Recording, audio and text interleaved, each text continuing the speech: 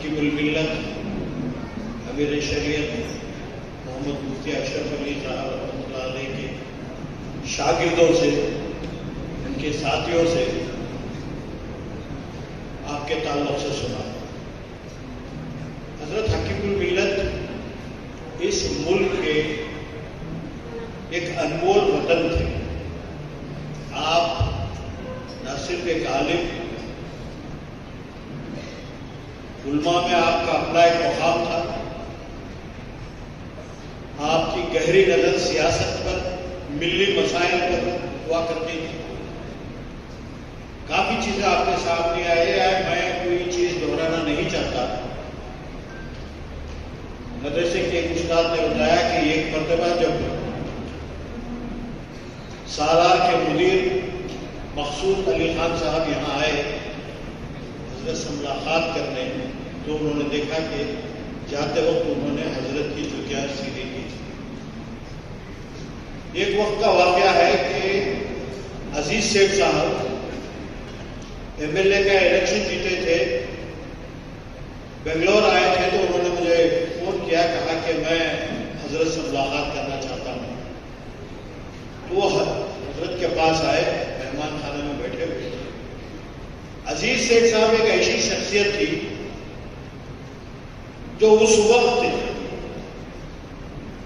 اندرا گاندھی جو اس ملک کی وزیر اعظم تھی، ان سے ملاقات کی تو انہوں نے اندرا گاندھی سے کہا تھا کہ میں بغیر سگریٹ نوشی کے رہ نہیں سکتا، اور انہوں نے اجازت دی، انہوں نے ان کے سامنے سگریٹ پی۔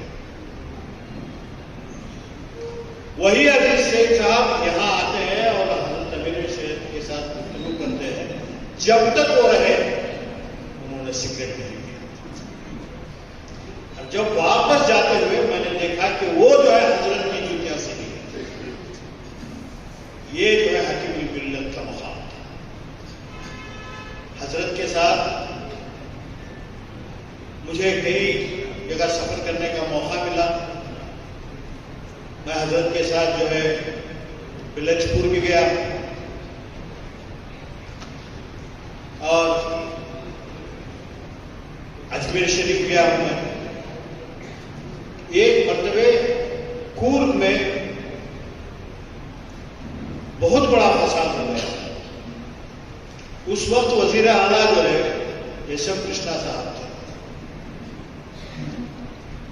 تو حضرت نے ایک وقت لے کر کورگ کا دورہ کرنے کا طے کیا۔ اس میں جو ہے مصطفیٰ رفاعی صاحب تھے، میں بھی تھا، شاہد صاحب تھے۔ یہاں سے ہم 3-4 گاڑیاں نکلی، کورگ پہنچے۔ کورگ میں جو استقبال حضرت کا ہوا اور وہاں سے جو قافلہ نکلا، کئی 100 گاڑیاں حضرت کے اس قافلے کے پیچھے۔ وہاں جانے کے بعد یہ دیکھا کہ جن لوگوں کے نقصانات ہوئے ہیں، کتنے نقصانات ہوئے ہیں، اور اس کو جو ہے خلل بند کر دیا ہے۔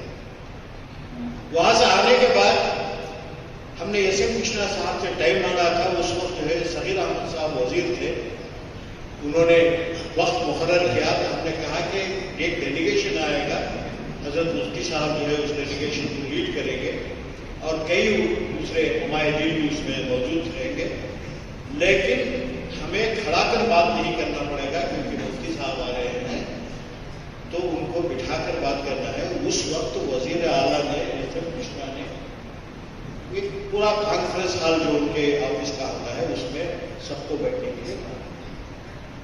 حضرت ہم نے پہلے طے کر لیا تھا کہ جو بھی وہاں کے حالات ہیں حضرت جو ہے وہ بیان کریں گے ایس ایم کرشنا صاحب۔ تو حضرت نے ان تمام تفصیلات کو ایس ایم کرشنا صاحب کے سامنے پیش کیا۔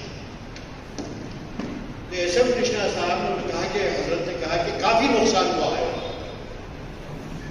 تو فوراً ایس ایم کرشنا صاحب نے کہا ہاں میرے پاس بھی ایک رپورٹ آئی ہے، وہاں کے تحصیلدار کی رپورٹ ہے، اور وہ رپورٹ کے تعلق سے انہوں نے کچھ بتانا شروع کیا۔ تو حضرت نے مجھے کہا کہ یہ تو بہت کم ہے ایسا۔ تو حضرت کا وہ کہنا ایس ایم کرشنا صاحب کو محسوس ہوا کہ کچھ حضرت کہنا تھا۔ تو انہوں نے کہا کیا بات ہے؟ تو حضرت نے کہا کہ نہیں یہ جو نقصانات آپ کے افسروں نے دیا ہے یہ صحیح نہیں ہے، نقصان بہت زیادہ ہے. تو فوراً انہوں نے ایس ایم کرشنا صاحب نے کہا کیا آپ نے اس کا کوئی اسسمنٹ کیا ہے؟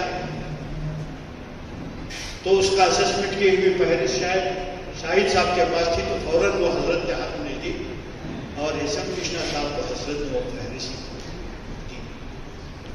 آپ یقین مانیں گے جتنا اس میں معاوضہ مانگا تھا ایس ایم کرشنا صاحب نے اتنا معاوضہ پورا لیا. یہ حضرت کی شخصیت تھی. منصور علی خان صاحب کہہ رہے تھے کہ منموہن سنگھ صاحب دلی میں جو ہے امام علماء کو بلائے تھے، رحمان خان صاحب نے اس کا انتظام کیا تھا. حضرت کی گفتگو سے منموہن سنگھ صاحب بہت متاثر ہوتے. پرائم منسٹر کیا وزیر اعلیٰ کیا جو بھی آپ کی بات سنتا، آپ کی گفتگو کو سنتا، وہ متاثر ہوتا. آپ بات کرتے تو آپ گفتگو کا لہجہ ایسا لگتا ہے کہ آپ کے منہ سے پھول برس رہا ہے. تو یہ حضرت کی شخصیت تھی.